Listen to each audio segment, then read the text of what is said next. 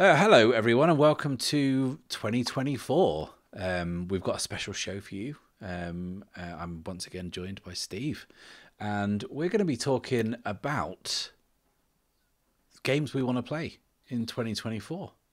Because we've talked about this quite a lot, haven't we? Kind of privately about too many games and not enough time, and we figured this would be a fun chat. Yeah, absolutely. I mean, we both, I think, in our conversations have talked about how we have these long-running campaigns that we've been playing in, and we have also this vast catalog of games that we would love to play at some point. And why not at the start of a new year make some plans to play some more games, to play some new games, to play games that we either haven't played before, or games that are that they've tickled our fancy just enough that we want to devote some more time to them. So yeah, Mm. let's talk about our games. Yeah, and I think it's not unusual for role-playing game fans to own more games than they've played. There's so many like bundles of holding and things that you can buy where you get like 200 games or whatever. I bought 6 games the other day because I wanted one of them, and then I got 5. They just gave me 5 more, and it was such a good Yeah. deal. So you end up with all these games. And last year I felt like I played a lot of role playing games, but they were a lot of the same games. I played a lot of Starforge last year. I played a lot of Star Trek Adventures last year, and then in between that, it was just really one shots and a couple of other like solo games that didn't really go more than a couple of sessions.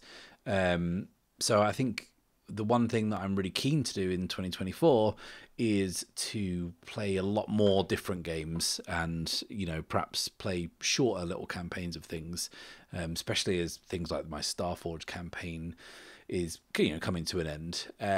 And a caveat before we start talking about our choices, because we picked 10 games, 5 each.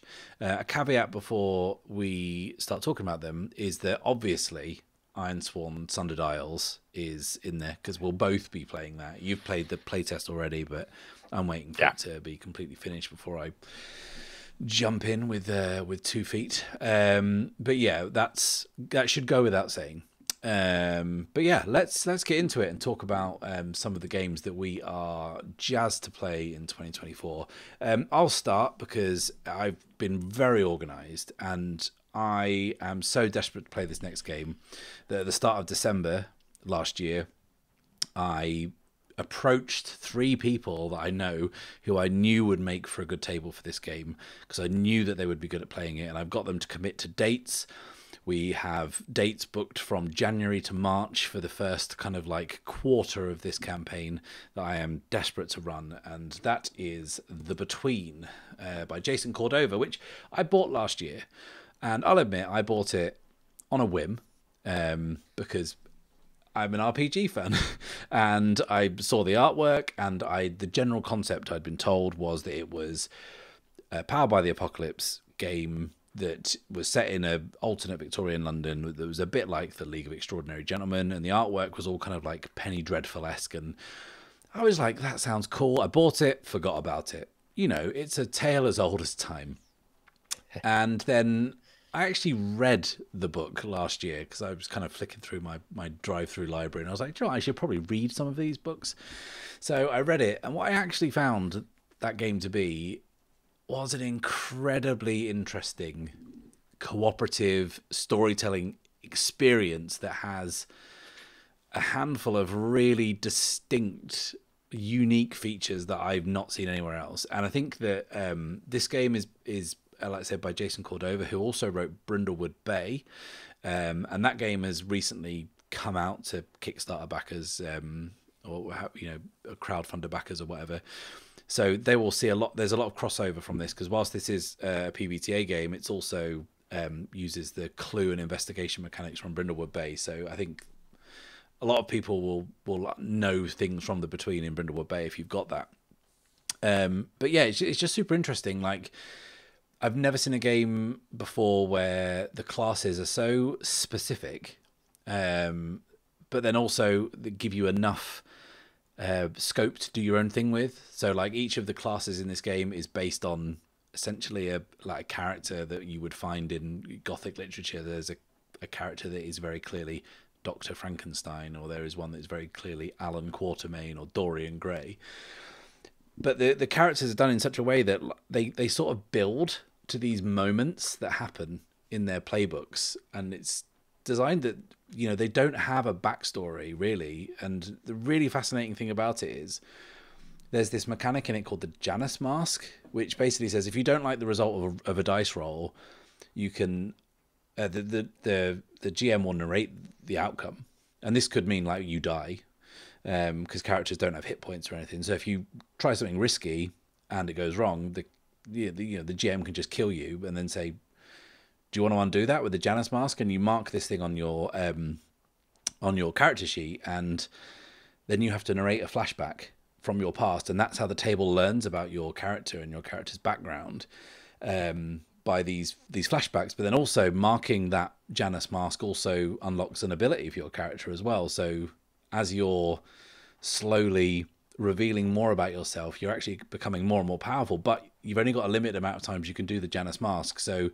you are building your character who starts off, no one knows anything about them, and then you're building them towards this kind of tragic, like big cinematic moment that they're kind of working towards. And it's just really, really interesting. I've never seen a game like this before, and it's structured in a really unusual way. Like you play in like dawn, day, dusk, and night phases, and they're all very distinct and unique and have their own mechanical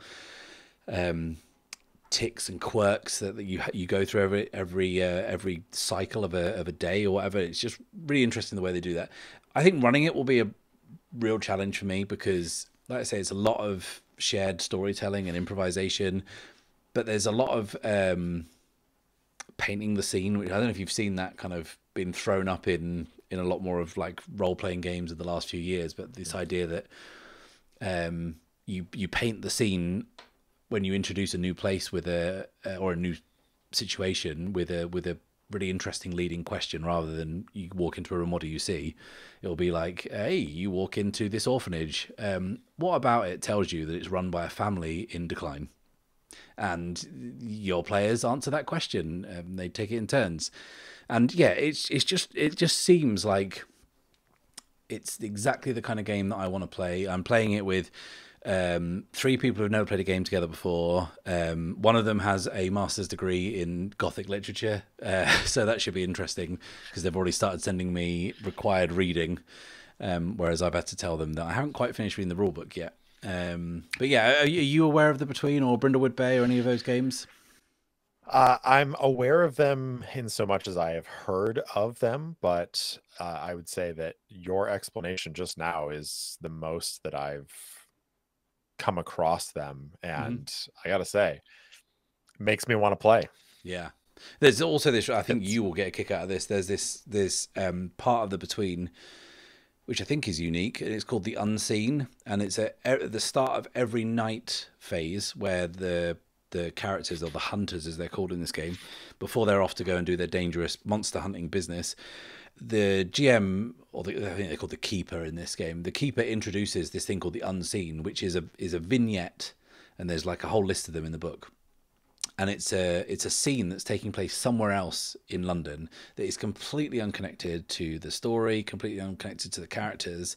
And they introduce the scene, and then each of the players has to narrate a different story beat from that scene. But it is then intercut with the events of the night phase. And whilst it is unrelated, it has to be completely unrelated. It cannot be connected at all. The players are rewarded for making thematic connections between the unseen and the events of the night phase.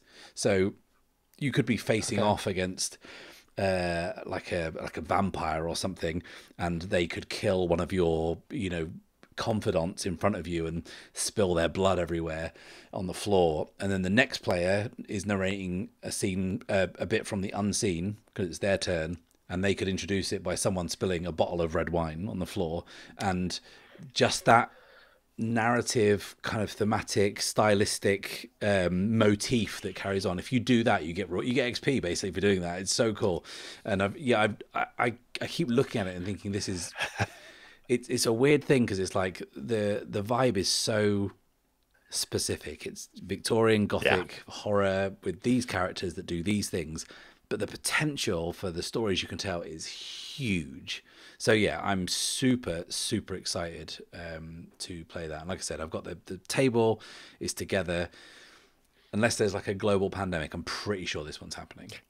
I really hope so, because I look forward to hearing about it. That really sounds amazing. Yeah, and yeah, the art in the book is all amazing. Like I said, it's all this kind of penny dreadful, London Illustrated police news type sensationalist stuff, and it leans really hard into the dark themes. In the opening of the book, it basically says this game is cannibalism, grave robbing, sex with ghosts. These are all things that will happen on a regular basis. If you don't want to play this, maybe try these other games and list some other games. And it's not kind of saying, hey, aren't we being edgy by doing all these things?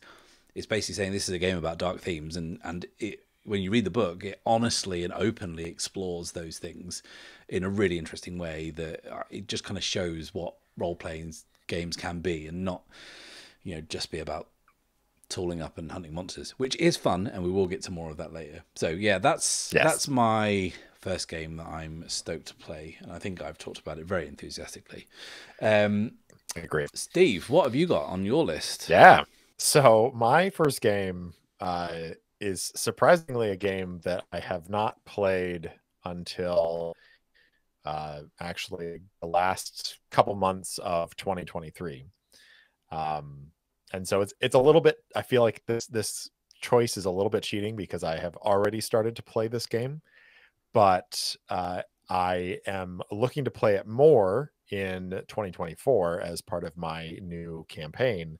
But also I'm really excited about getting my local gaming group together to play this game. And that game is Traveler, which is probably the oldest sci-fi role-playing game, at least the most well-known and oldest sci-fi role-playing game out there. And I have played a lot of sci-fi role-playing games over the years.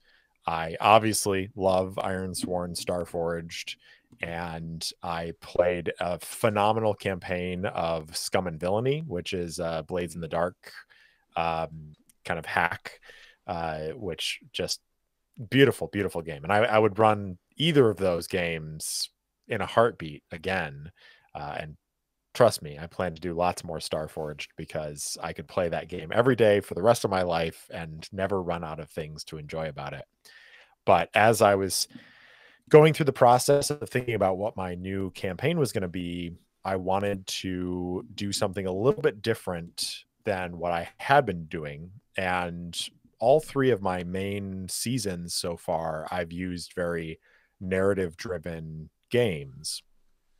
And while I still am a very narrative-driven game master / player, I wanted to try my hand at playing a game that was a little bit more traditionally crunchy. And I think one of the things that I absolutely love about Traveler is that in reality, it's incredibly simple because at its core, it's just 2d6 plus a stat plus a skill if you've got it. And if you don't have it, you take a massive penalty, which is interesting because it is definitely challenging sometimes. And you roll those 2d6, you add those adds, and you're trying to, generally speaking, get an 8 or above. That's your target number. And very, very simple. But if you want to add more depth to the game, there are a lot of different subsystems that you can use to create more layers of depth.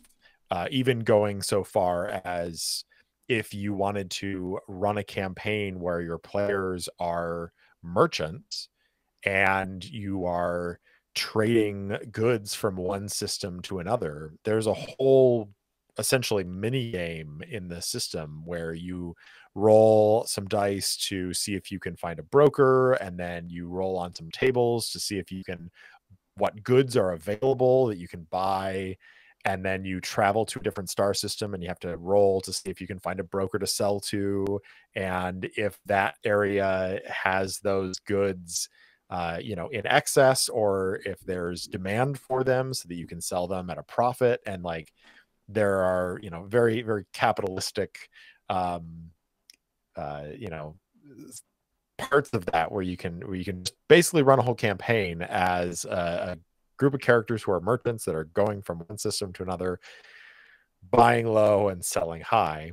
Or you can go to the complete opposite end of the spectrum and do kind of a high action, you're playing as space marines kicking down the door, and you've got power armor and, laser rifles, and, you're fighting against aliens and doing all this stuff. So there's just a huge range of possibility within this. And it's a game that I'm really excited to get into because I think it has a lot of opportunity for depths. And it's also going to be really interesting for me because it's not a game that, like Starforged, has a feedback loop where you make rolls and then the game system says, okay, now that you've gotten this result, whether it's a strong hit, a weak hit, or a miss, here is a prompt. Now go envision this. There is none of that sort of feedback loop that you get in a more narrative driven game. And so I'm excited about it from a writer's standpoint, that I feel like I have a little bit more of a hand on the rudder as far as deciding when and where and how those narrative elements come into the game.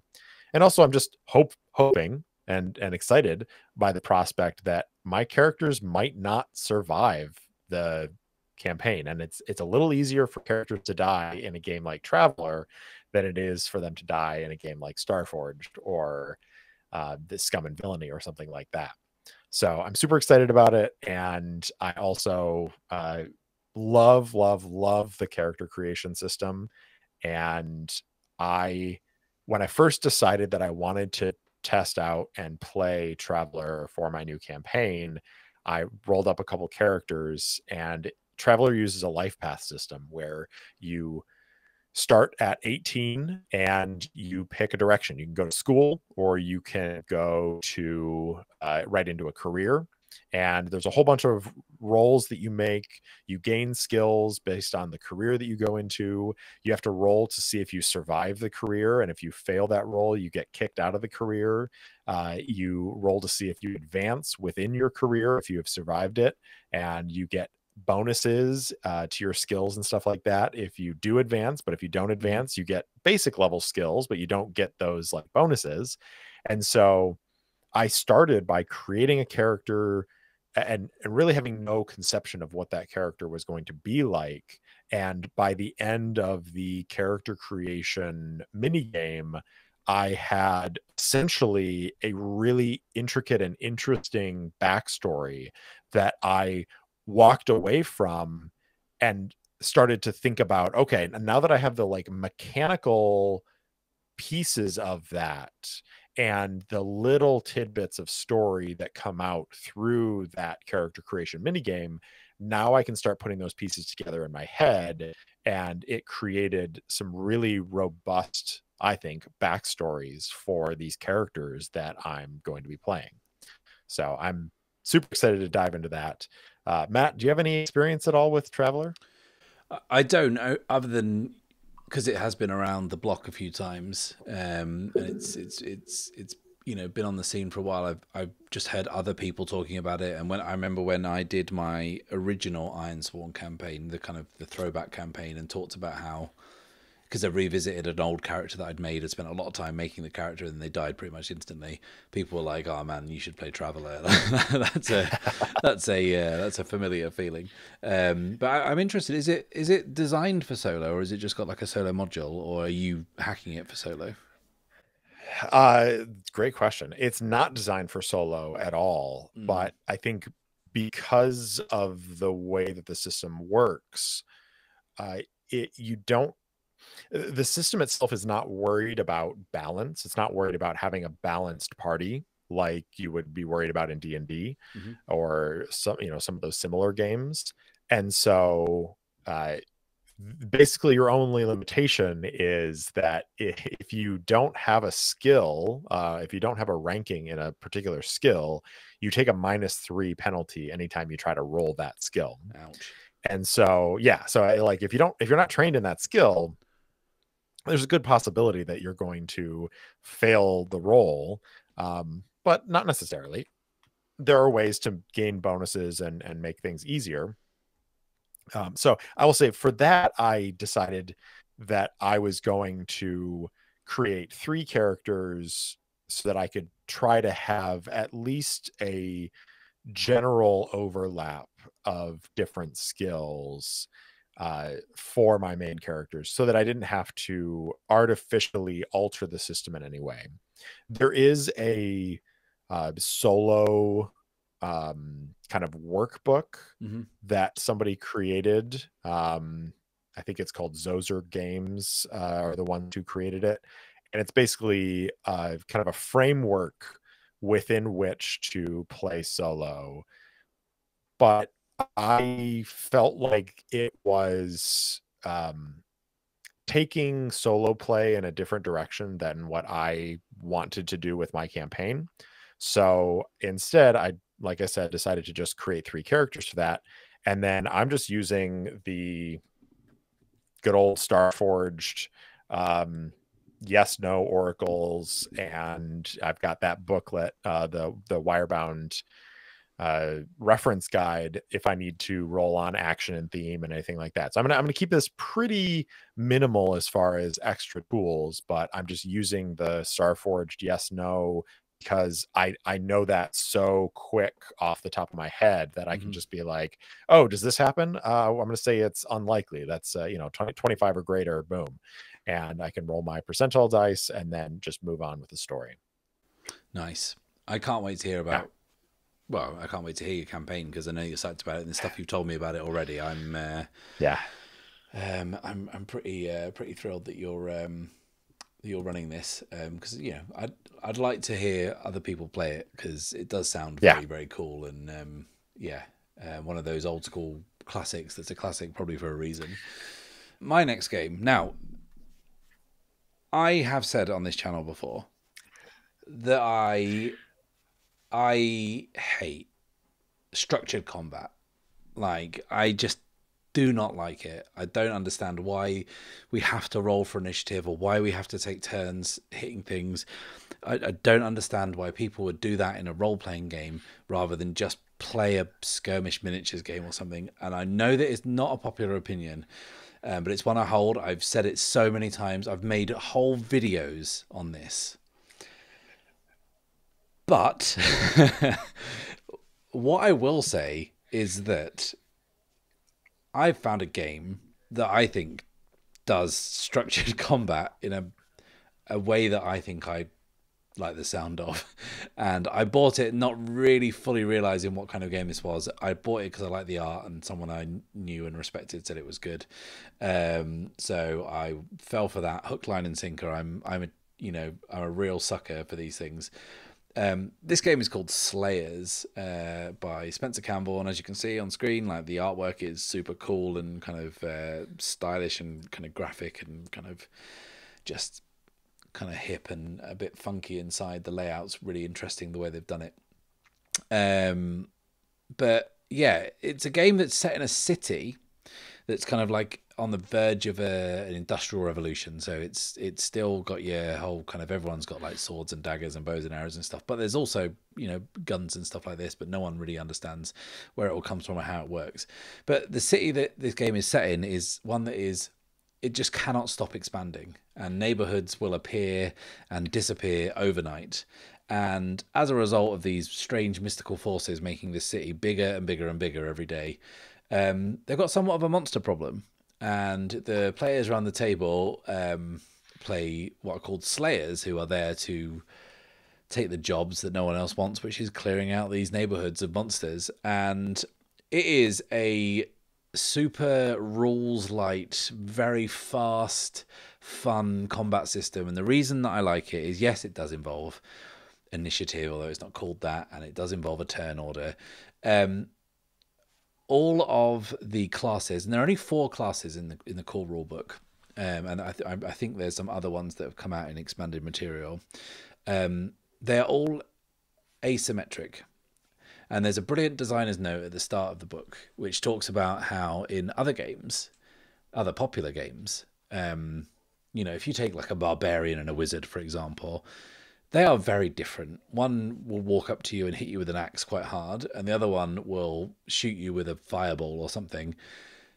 But in game, it's just roll a dice against an armor class, add a modifier. I believe that's how it works. And do your damage. And those two things feel like they should be different, but in game they are mechanically practically identical. Now in this game the classes are asymmetric, so it's like there's not a great deal of crunch, but to give you a basic overview, the class that is the kind of fighter class is called the Blade, and their whole thing is that they do combos. If they get a hit in combat, then they get to their dice explode, and they keep getting to roll dice until they roll a miss. But they get to narrate these really fun, interesting, kind of frenzied attacks that they can pull off against the odds. And there's loads of like modifiers and special abilities that make it easier or harder to do that or whatever. Or there's a gunslinger class whose whole thing is they have 6 dice, and each dice represents a bullet in the chamber, and they have to manage shooting things with their powerful weapon and reloading their gun at the right time.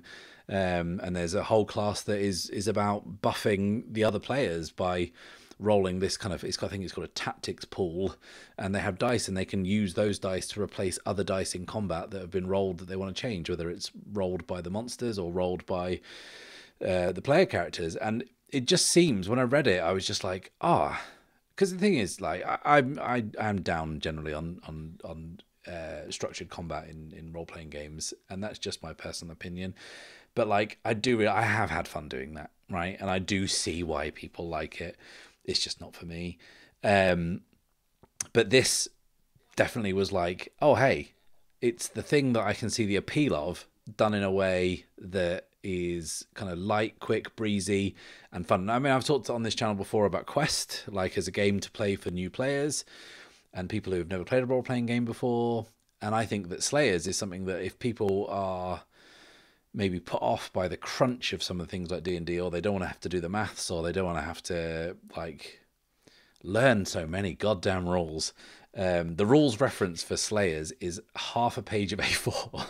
It's great. It's just like you could just give that to your players and you can just play. And it doesn't mean it's like simplistic or basic. There's a lot of depth to it, and the exploration part of the game, we're exploring this ever expanding city, and all the neighborhoods, they are there's about 7 or 8 described in the book, and each one has like a feel to it. They're all wildly different. Each one has like a feel and some people who are there, some locations, and some rumors about the place. And then also there's an almanac that came out, and I picked up in the sale a couple of weeks ago, which is a bunch of really great RPG writers that you've heard of that have made brilliant games in their own right, have written these extra neighborhoods. And there's dozens of these neighborhoods now just in the game and the almanac that you could just have so much fun exploring, and they're all like completely different places. Like one like district that's like a giant circus. There's a whole Underdark that's this bizarre insect infested place, and there's this place that's kind of like Hollywood but not Hollywood, where like these bards who are like famous actors are all disappearing. And it just sounds like super interesting, and it's a kind of game that you could say, right, get some players together, we're going to play 3 sessions of this, and it's going to be fun. You basically, each session is basically a hunt to clear a neighborhood of monsters, and you could just play that for a few weeks as a palate cleanser between heavier games that you had. And I'm super excited to play it. The art style is amazing. The layout's really interesting. The dice resolution system is very simple. I think it's just whatever dice you roll, it's a 4-up is a success, and some dice you have as a D12, D10, D8, D6, whatever. Very simple game. Looks very cool. Asymmetric classes. I couldn't be happier. And I don't know whether I will actually. I mean, this will be the hardest one to play, I think, because it's, you could one shot this quite easily, but like I think I'd want to just play a few games because the advances that you get for like kind of going up levels sound really fun and sound like you can kind of hone your character in much more interesting directions. But again, it's like that each class and all the upgrades they can take takes a page of A4, and it's just so nice that they're very simple effects that have. It's very elegantly designed, I think, this game, and I really really want to play it. Are you familiar with Slayers, Steve? Again, just from what you've talked about, and in at the risk of sounding like I'm just repeating myself, I definitely want to play this game now too. And if you ever need a, you know, if you're ever looking to put a game together and you need an extra player. Cool. So right, this is a very good segue from rules light turn-based combat. We're going to talk about one of the biggest releases that's going to come out. Technically, it comes out in 2025, but there's going to be playable game this year, right? Yes, I already have playable game material that was released on the Patreon at the end of December that I'm hoping to get my local group to sit down and play a one-shot of, and that is the MCDM RPG. MCDM is the company founded by Matt Koval, a well-known YouTube personality. And as someone who plays in a group that favors D&D, I kind of, like you were saying, I play D&D with my friends because I enjoy hanging out with them, and I really enjoy the stories that we tell. And I'll admit, there are aspects of playing D&D that I really enjoy. I really don't like running D&D because a lot of my experience of running D&D is spending a lot of time kind of building encounters and in many ways wrestling against the system, trying to make it work, and also being frustrated at times by how it doesn't present the experience that I want it to. And I know what you're going to say. Well, then go play a different game. I would love to, but my friends just really love to play D&D, and I can pull them away to other games for like 6 months at most. So the MCDM RPG is a game that I'm hoping will be something that I can bring to them and present to them as a game that will be, in a way, a substitute for D&D, but also will be something that I personally enjoy running more. Because one of the things, and I should say, like, this is an in development game, and so nothing is set in stone yet. But from everything that I've seen about it and read about it and heard about it, they're trying to take out some of the dead levels that are in D&D. And maybe one of the most controversial things that they're doing is taking away the attack roll. So no longer do you as a player roll your d20 and then add your attack bonus and compare that against the enemy's armor class and then go, well, I missed, so I guess that's the end of my turn. And then nothing happens, and it's kind of sad. What they're doing is, instead of doing an attack roll, it's just a damage roll. So you roll your damage and you compare that against the enemy armor. So again, you're still comparing it against a number. So that hasn't really changed.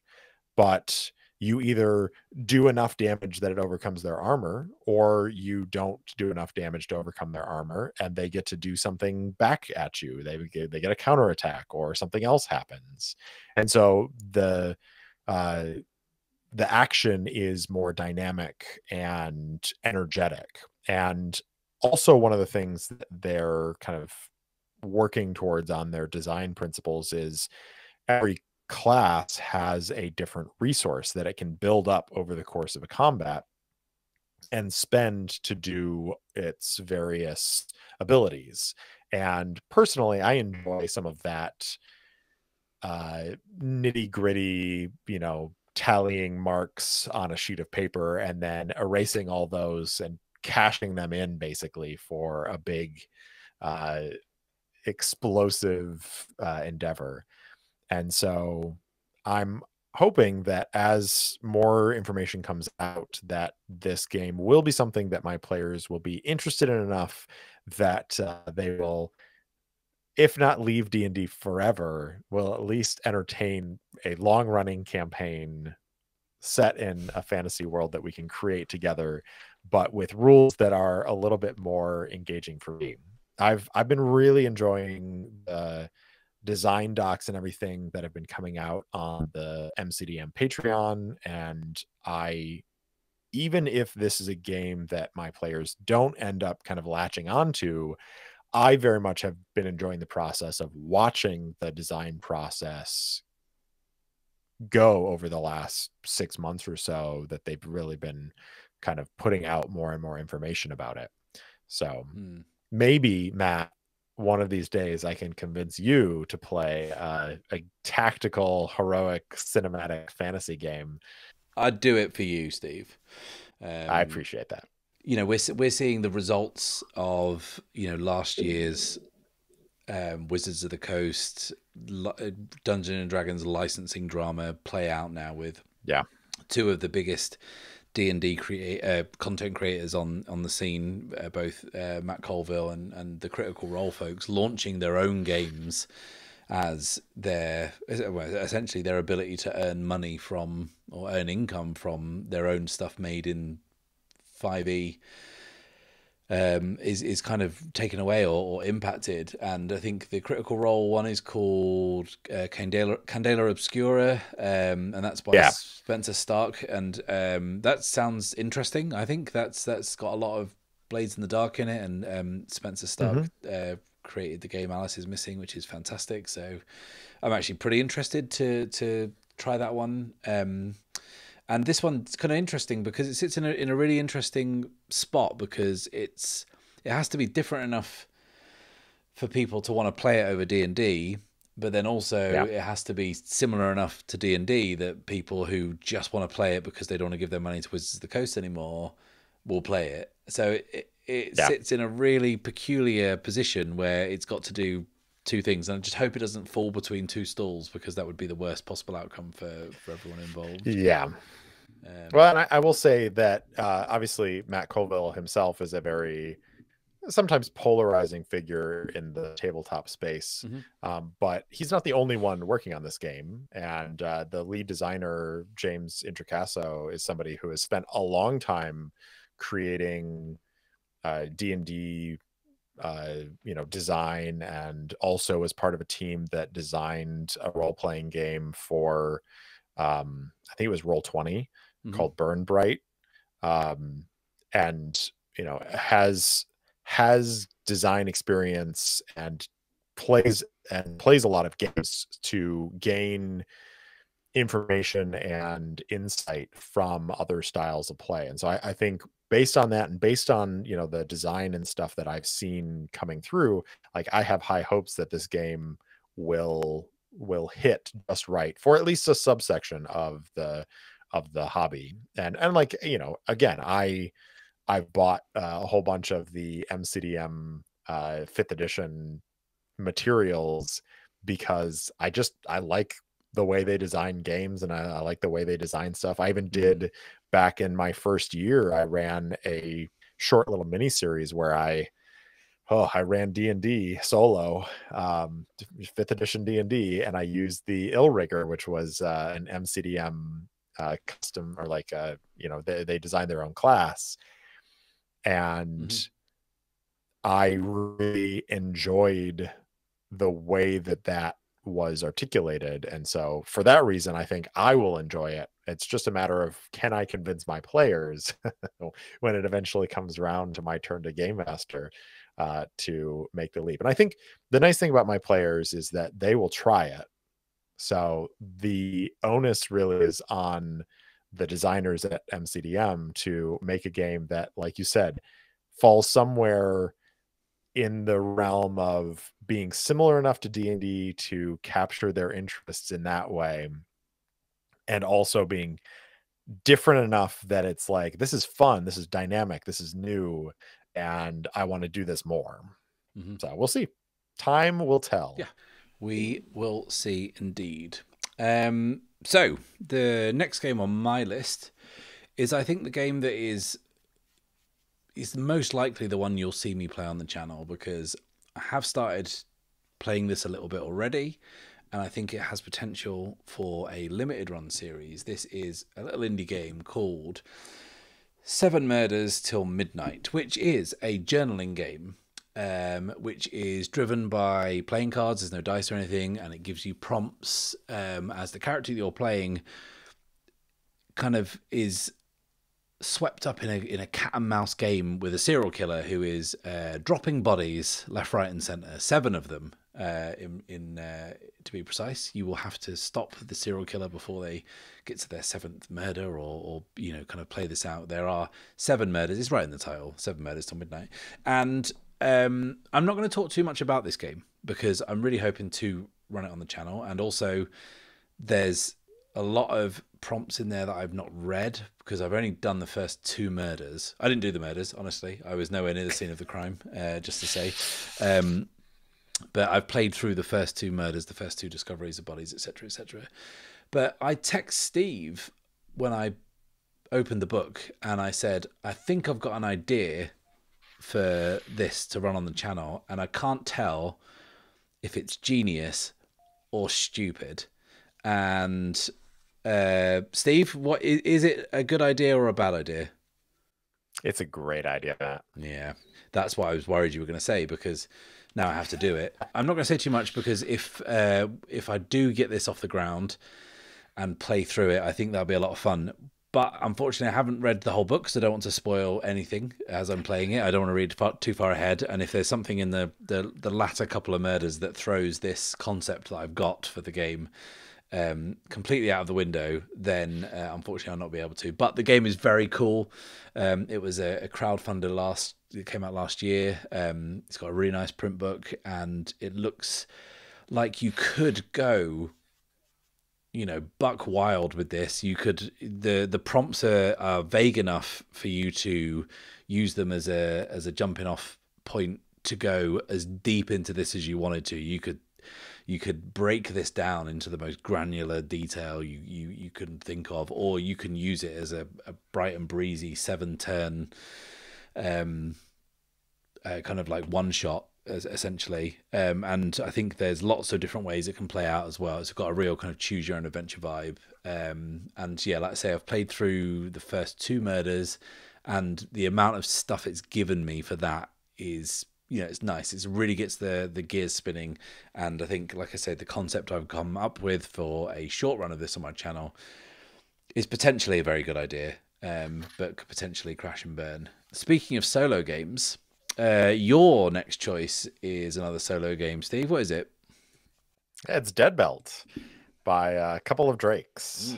It's a little kind of short booklet that was kickstarted last year, and I absolutely love, obviously, this color. The cover design is gorgeous and evocative, and it is essentially what it says on the tin there: solo RPG for space cowboys. So you play as salvagers in a belt of derelict starships, and you have your own starship.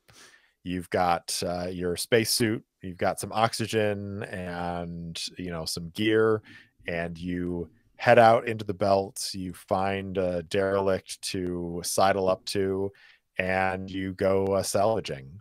And it's a little bit of like a horror survival game, and you have to try to find salvage and bring that salvage back to your ship, but you only have a certain amount of space in your inventory to carry stuff. And so you have to sometimes make choices between like, am I going to carry this back to the ship and come back to continue exploring? You have to roll every time you move into a new module. You got to roll for your oxygen. You have to roll for a couple, these different things. And so your resources are ticking down as you're trying to race through the starship. And I think one of the cool things for me about Dead Belt is that you use playing cards to create the schematic of the starship that you're exploring. And they have a number of these schematics in the book. And so depending on what sort of ship you are coming across, you lay out your playing cards kind of face down, and when you have your little token that represents your character, when you enter a module, you flip that over, and then there are prompts based on the suit of the card and the number of the card. And so you have to deal with those prompts. Sometimes they'll represent you finding salvage. Sometimes they'll represent dangers or obstacles that you have to overcome. And then the actual dice system that you use is basically just a couple d6s. You roll a d6, and if you get a 5 or 6, you succeed. If you roll below that, you get like a mixed success. A lot of it depends on the prompts that you're dealing with. And so for me, this is a game that I really, really want to play for the show. And the only reason I haven't played it yet is just because I'm trying to figure out if I want to do something with like a camera setup on a table so I can actually show the cards to be able to have a little bit more of a visual component to the adventure to throw up on the YouTube channel, or if I'll just narrate it. Like I did that with Colossal, with like turning over cards and kind of talking through them. So I haven't decided what I want to do with it exactly yet, but this is definitely a game that I want to play in 2024. And I'm hoping that if I either play it for the show, that's great, or maybe play it by myself. Or there are some rules for co-op play. And actually, when Matt and I played our Tangled Blessings co-op game a couple months ago, once we finished it up, I was like, hey, we should do Dead Belt. And there are rules for playing cooperatively, or you can play in kind of like a rivalry mode where you're both racing to get the salvage on a ship, and there are ways for you to kind of screw over the other player. And I don't know, Matt, it sounds like does it sound like fun to you? You want to go explore some derelict starships and see if we can survive? Absolutely. And after we did finish Tangled Blessing, we did say, because we had so much fun playing that, we said, what's the next one? And you immediately said Dead Bell. And when you described it to me, I was like, yeah, that sounds pretty cool. I'm sure there's a plug-in for like Roll20 or something that you can do the cards and the schematics with, and you could just screen capture that for your channel. But yeah, it's one that the artwork is so evocative, and I saw it floating around when it was on the crowdfunder, and I was just like, should I pull the trigger just based on that cover alone, because it's kind of got like a gnarly skull on the front. I was like, no, I've already done that twice this month. I can't keep doing this. Don't worry, I'm there for you. Yeah. We need to in my board game group that we've been playing together now for nearly 10 years on a near weekly basis. It took us about 2 years to figure out that we don't all need to buy games, and now we need to stay friends forever, because we've all got like one copy of each game that we love between us, and there's no duplicates. So yeah, maybe if we can have a similar arrangement, Steve, would be perfect. I love it. Cool. We're actually in the middle of a run of games. I've just noticed, are all solo games. My second choice is a super unusual, super unique game. That is one that as soon as I heard the concept, I bought immediately. And that game is Void 1680 AM, which is a solo playlist building game. It's billed as by Ken Lowry, and it's a game where you play solo, as all these games are, this little middle run of games are, and you play a late night radio DJ.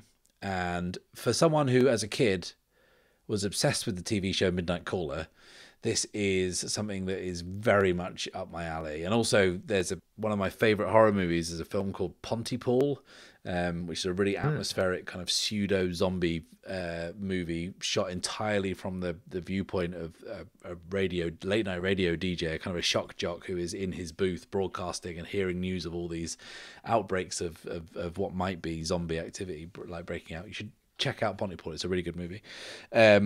But yeah, this really appeals to me. It's uses playing cards to drive it, and you kind of draw a card and it prompts you with a song to pick that has a particular personal connection with you. And the idea is that you queue it up on your streaming platform of choice, or you can get a compact disc or a long playing record or a wax cylinder, whatever you want to play it on. And you listen to that song, you play it, you can record it if you like.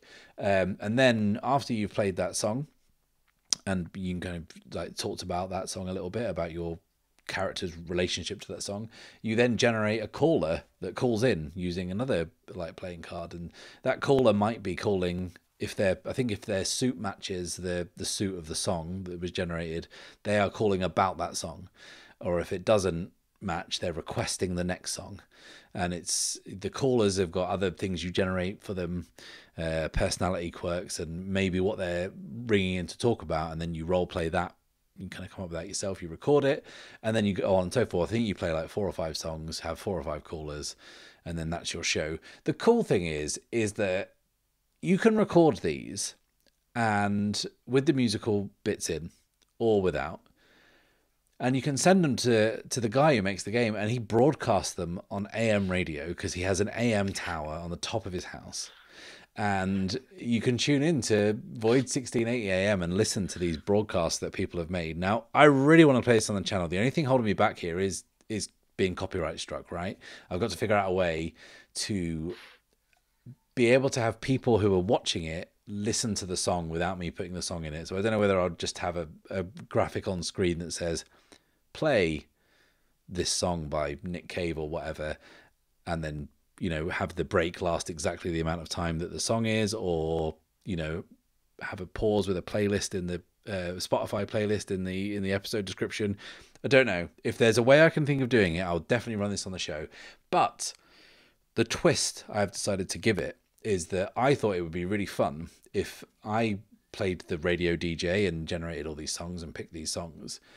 But I was going to ask lots of different content creators and people who do APs and do roleplay game stuff to play the callers based on the prompts that we draw on cards. Whether that, and it have to be recorded over a long period of time, because I couldn't get like 10 people to just sit around. Or I could probably stream it and get people to call in, I guess, maybe, if I could figure out the tech for that. But I can barely get the two of us talking. That's a little inside gag, because this is the second time that me and Steve have recorded this podcast, because we fucked it up royally the first time. Well, the tech did, the internet did. Yes, the tech did. It wasn't us. No, we were perfect. No notes on our performance. But yeah, it's a super interesting game. It's appeared a lot on Game of the Year lists of 2023, I think, just because it's so unique, and it's not a gimmick. When you actually read the game, there's an awful lot there, and you could take it in quite a few different directions, and it sounds like something that someone who, you know, has a pretty keen interest in music would very much love to play. And also, you know, playing it from the point of view that I can play it as myself, and whilst I might use a pseudonym for my DJ name, the songs are all songs that personally like talk to me, and it's my recollections of these songs that I'm talking about, or coming up with a character who has a taste in music and using the prompts to talk about them and play the songs that relate to them. Does this sound like a nightmare to you, Steve, or does this sound interesting? It sounds really, really cool for you to play this. Right, okay. I feel like I would struggle with it, because I'm terrible at remembering the names of songs and bands. Mm-hmm. I love listening to music, but there is like a very narrow scope of bands and songs that I actually remember.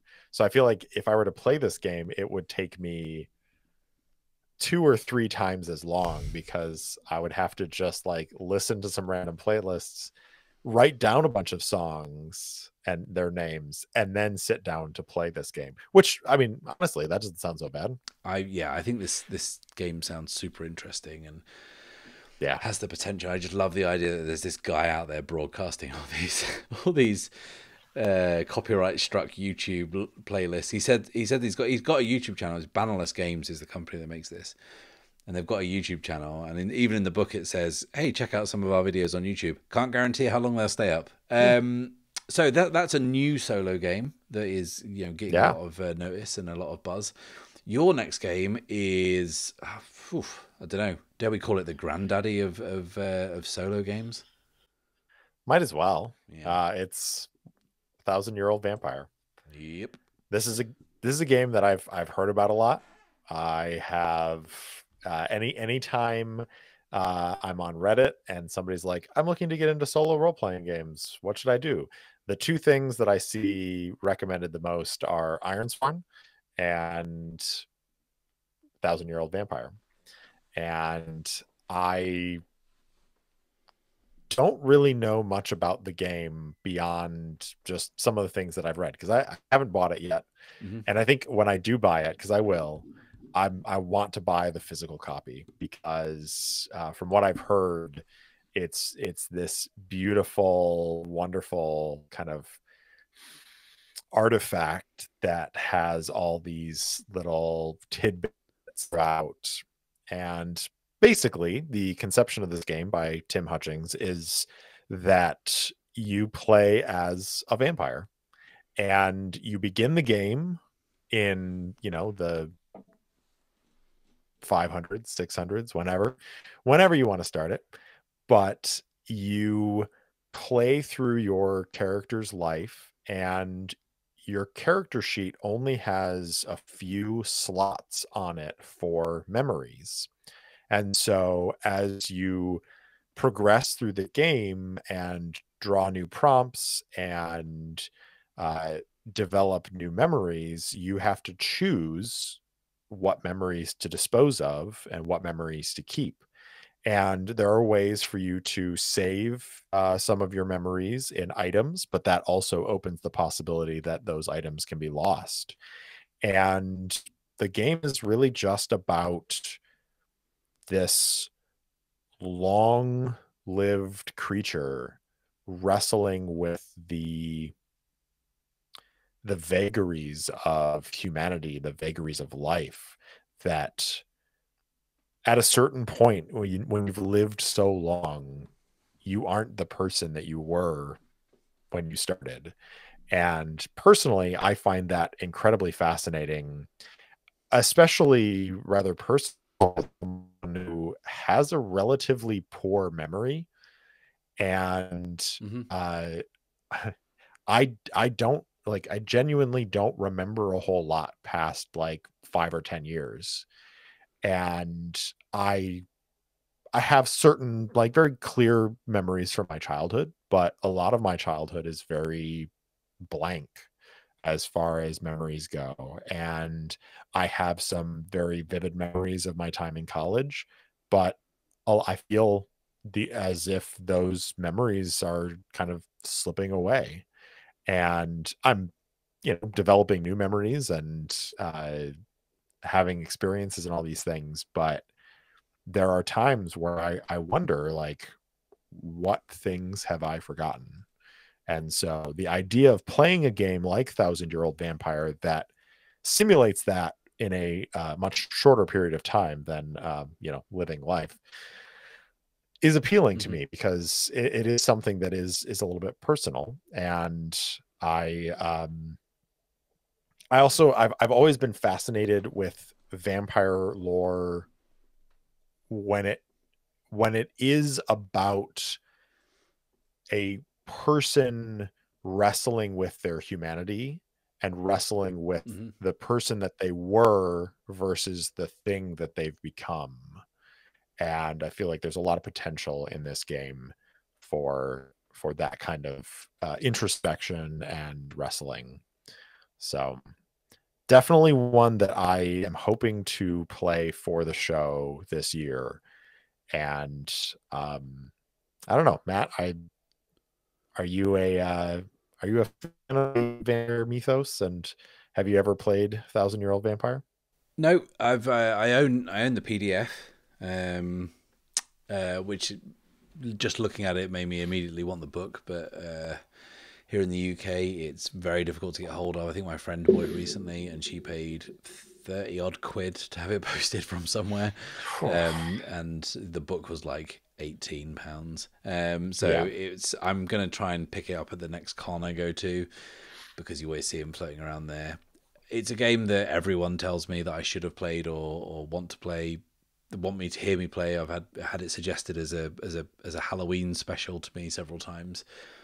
But it seems like something I'd want to throw myself into wholeheartedly, because the weird thing is with journaling games is I think I'd want to just go the extra layer to make it authentic. You know what I mean? yeah, And I'm not that good a writer to be able to pull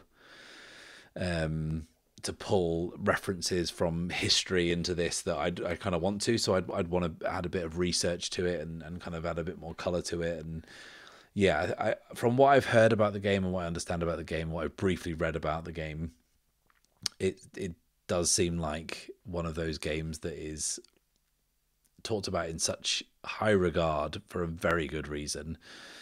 And yeah, like I say, the actual artifact itself is so beautiful and something you want to hold in your hands and kind of cherish, rather than just skimming through a PDF on an iPad and typing stuff up in Google Docs. I actually want to throw myself into it in an analog sense, and translating that to the show is hard, but yeah, not something that's impossible. But yeah, I think we should probably both endeavor to play this at the same time, and whether or ooh, not we do something with it for our respective channels, just having a game where we can kind of check in on each other's progress and how it's going would be really yeah, super fun. it would be. Yeah, I'll try and pick it up at a con over the summer, and then look to play it in the winter months next year.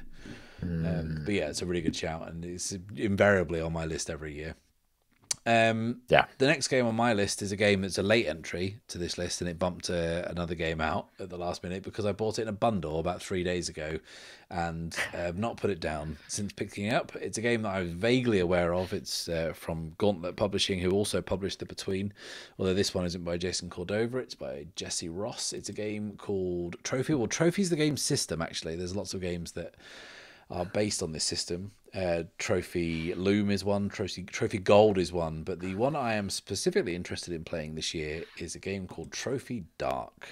Now, Trophy Dark is an intriguing prospect. It is a game about doomed treasure hunters entering a cursed forest that does not want them in it. And it looks really interesting in terms of one shots, because, like I say, the characters that the players are playing are doomed. They are not expected to live through the adventure, or if they do, they will be irretrievable as human beings. They will be broken spiritually, mentally, physically, whatever, if they do survive. And it really leans into the tragedy and encourages characters to really play up to that. And it makes you think about failure, because you have to keep playing to get to the end to find this treasure that you get to, and the effect that it has on you, and it's different every time, which I'll get to in a second. But from a player's perspective, it's really interesting. And like, how do I keep failing, and how do I keep making things worse and make that dramatically interesting? Here's a narrative first game. It's not particularly based on any system that I know of. It has a really interesting character creation where you basically just roll up a name, a current profession you have, a background of something you used to do, and then a drive. And the things you used to do are like disgraced priest, or cultist who escaped, or they're just things like that. And then the drives are super strange, because there'll be stuff like return the emerald to Queen Jodapia, and you're like, well, hang on, Queen Jodapia isn't in the book anywhere. That's not a person. You just have to make up who that is and what that means and what the thing is you're trying to get for them. And they're all like that. They're like, return this treasure to the council. What council? Well, it's up to you. You have to come up with that, and that's part of the character creation, the part of your backstory that you're putting into it, and all this stuff kind of comes out whilst you're playing. And what I like most about this game, and the reason that it's on this list, is because, you know, we've talked before about like how busy we are with games, making content for the channel, especially Steve, who makes 150 hours of content a week, various games, and it's all sickeningly good, whereas me makes one episode every 2 weeks and it kills me. But like, we're, you know, both doing that. We're both trying to play games for fun. We, you know, play games with our groups. So outside of the long running campaigns that I'm in, I'm really looking for one shots, and this is a really interesting way to get one shots in there. There are dozens in the book. They are the adventures, or the scenarios, I suppose. In this, they're called incursions, and they are basically just a reason for treasure hunters to go into the forest and look for a thing. And it gives you a theme and like these little dramatic beats, these moments. And then each incursion is structured into, they're called rings. They're like 5 rings, like circles of hell that you're entering. And because it's so cleanly structured, and because it's so well defined, there's just so much content out there. I think there is about 20 odd incursions in the core book, and there are, you know, there's just so many out there if you want to find them for one shots, and you will not be short of, you know, anything you want to find. Any kind of game you want to play of this, following this vague theme of doomed treasure hunters. And for someone who's, one of his favorite films is The Treasure of Sierra Madre, I even watched it on Christmas Day, just gone, the idea of playing a game where you are, as a games master, using guile to pit these people who enter the forest as friends and companions against each other and kind of drive them mad with greed and separate them. It actually suggests that you play with smaller groups. It says 2's perfect, but three's good, but like 2's amazing because the game becomes very intense as you start to pit these 2 people against each other and watch the distrust grow. And yeah, like I said, it leans into this kind of tragic vibe. No, your characters know they're not going to make it out. You know they're not going to make it out. And for me, that makes for some really interesting role playing, and like a one shot can sometimes be a double-edged sword, because if you really, really enjoy it, you're like, well, okay, then we'll start a campaign and we'll do it. We'll, you know, even if it's just 2 or 3, we'll do this again. If you do a one shot where your character's not expected to live through it, then that's perfect because there's no recourse. But yeah, I think this to me reeks of I need 3 players. Come over to my house. I'll cook a chili and I'll kill you all. That's the pitch to my players, I think. That's a great pitch. I mean, that's dinner and a death. That's perfect. Yeah, on a side note, whenever I invite people around to my house for games, I always cook for them because, you know, A, you can get them around about an hour earlier than you normally would, which is good. And B, it's just a nice thing to do. You know what I mean? I also think you can get some of that socializing that inevitably happens out of the way over a meal, and then, you know, sit down and actually play the game. Yeah, 100%. Now, I think we're on the last game. So since we're kind of on this horror bent, I picked for my last game Delta Green, which is a Call of Cthulhu spin-off where you play as agents of a secret organization that may or may not still exist, depending on the kind of lore in the game. And you are tasked with dealing with various unexplained occurrences. It's a very X-Files type of game where you get a call from your handler and they send you off to some small town somewhere, or, you know, to the big city, and you have to go investigate this thing that's happening, and maybe you get to work with the local police, or you get some local resources, but inevitably pieces start to fall out of place where it's not just a normal murder, or it's not just a normal disappearance. There are little curiosities and inconsistencies in reality that slowly begin to drive your character mad, as you try to wrestle with the eldritch powers that uh, operate outside of our the scope of our understanding. Mm-hmm. And so it's much like any of the Call of Cthulhu games, the D100 system. So you have your any of your skills, you have a rating in them that could be anywhere from like 10% or up to 80%. And you roll your percentile dice. You're hoping to roll under that number. If you do, you succeed. And then one of the cool things about this system for me is the idea of these kind of vignettes where you are outside of your like normal operation, and you have a vignette with a character in your life, or a friend, or even one of the other players, and that's the way that you kind of regain some of your like sanity and your connection to humanity, by having these just really brief little vignettes. And I think the strength of a game like Delta Green is that it has a lot of those tools with sanity rolls and the rules of the system itself, and how to deal with supernatural and strange occurrences, that you can really build a really tense and engaging game, and you don't really know where your characters are going to go, and if they're going to survive, or if they're going to survive but not make it out with their sanity. And so I'm really looking forward to trying to bring this to the table with my local group, but also I am interested in trying to play this solo as well.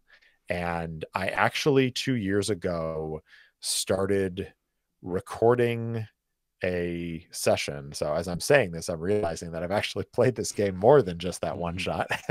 I had forgotten about this until just this moment.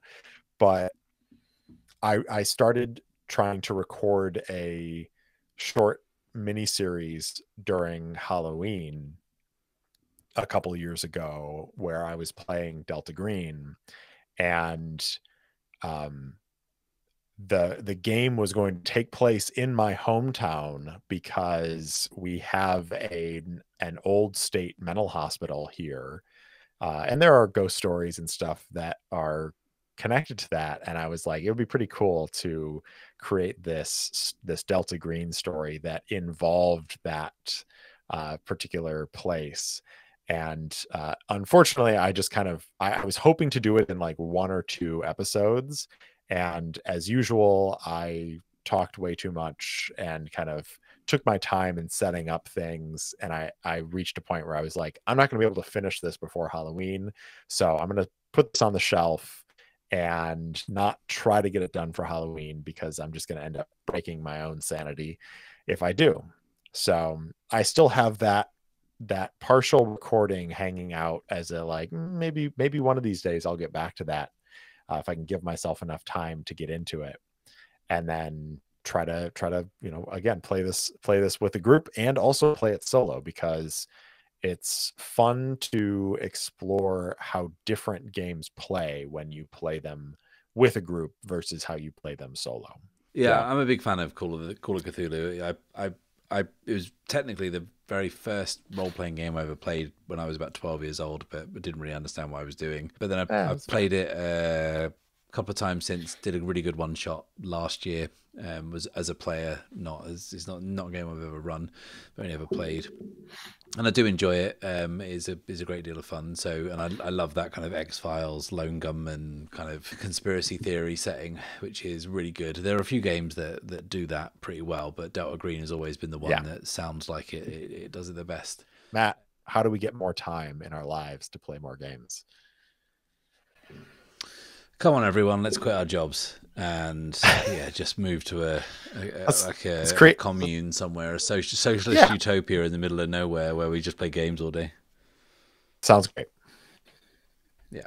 It was in. Well, those were our games that we've picked that we really want to play in 2024. What games do you want to play? Please let us know in the comments, because I'd love to hear about more games that I can buy and then look at instead of playing these ones that I've stated. Are any of the games that we've talked about games that you've played? Let us know how they went. Would we enjoy them? Do you want to hear us run them? Do you want to hear us play them together or separately on our channels? We would love to hear from you.